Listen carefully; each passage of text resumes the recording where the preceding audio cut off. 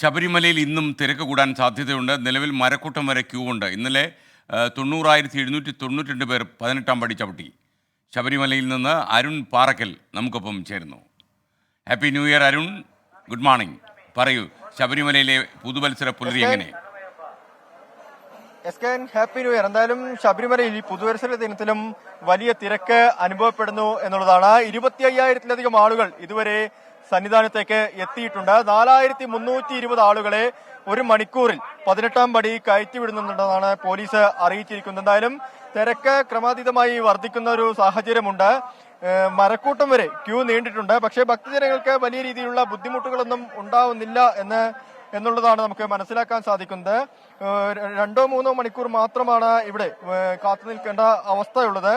മറ്റ് പ്രശ്നങ്ങളൊന്നും തന്നെ ഇല്ല. 36 കേന്ദ്രങ്ങളിൽ കുടിവെള്ളവും മറ്റു കാര്യങ്ങളുമായി ഭക്തജനങ്ങൾക്ക് സഹായവുമായി സന്നദ്ധ സംഘടനകളും പോലീസും ഒക്കെയുണ്ട്. എന്തായാലും വലിയ തിരക്ക് ഇപ്പോഴും അനുഭവപ്പെടുന്ന ഒരു സാഹചര്യമുണ്ടെന്നാണ് നമുക്ക് ഇവിടെ നിന്ന് പറയാൻ സാധിക്കുന്നത്. സ്വാമി എപ്പോ വന്നതാണ്? ഇന്നലെ രാത്രി വന്നത്, രാത്രി 10 മണിക്ക് എത്തിയത്. പക്ഷെ അപ്പോഴും ഭയങ്കര തിരക്കായിരുന്നു, കാണാൻ പറ്റില്ല. പിന്നെ ഞങ്ങൾ നന്നായി ക്യൂ നിന്നിട്ട് ഇങ്ങോട്ട് കയറിയത്. കുട്ടികളുണ്ടോ? രണ്ടുപേരുണ്ട്, 2 കുട്ടികളുണ്ട്.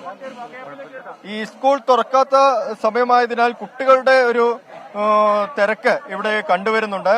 വലിയ രീതിയിൽ ചെറിയ കുട്ടികൾ ഉൾപ്പെടെ ഇങ്ങോട്ടേക്ക് എത്തുന്നുണ്ട്. അത് മാത്രമാണ് ചെറിയൊരു പ്രതിസന്ധിയുള്ളത്. കുട്ടികളുടെ തിരക്ക് മാത്രമാണ് ചെറിയൊരു പ്രതിസന്ധിയായിട്ടുള്ളത്. പക്ഷേ മറ്റുള്ള കാര്യങ്ങളൊന്നും തന്നെ ഇല്ല. അതായത് ഭക്തജനങ്ങൾക്ക് വലിയ രീതിയിലുള്ള ബുദ്ധിമുട്ടുകളൊന്നും തന്നെ ഇല്ല. മരക്കൂട്ടം വരെ നിലവിൽ ക്യൂ ഉണ്ട്. ഇതുവരെ 25,000-ലധികം ആളുകളെ സന്നിധാനത്തേക്ക് എത്തിക്കഴിഞ്ഞു. ഇനി ഉച്ചയാകുമ്പോഴേക്കും ഈ തിരക്ക് വർദ്ധിക്കുമെന്നാണ് പോലീസും സൂചിപ്പിക്കുന്നത്.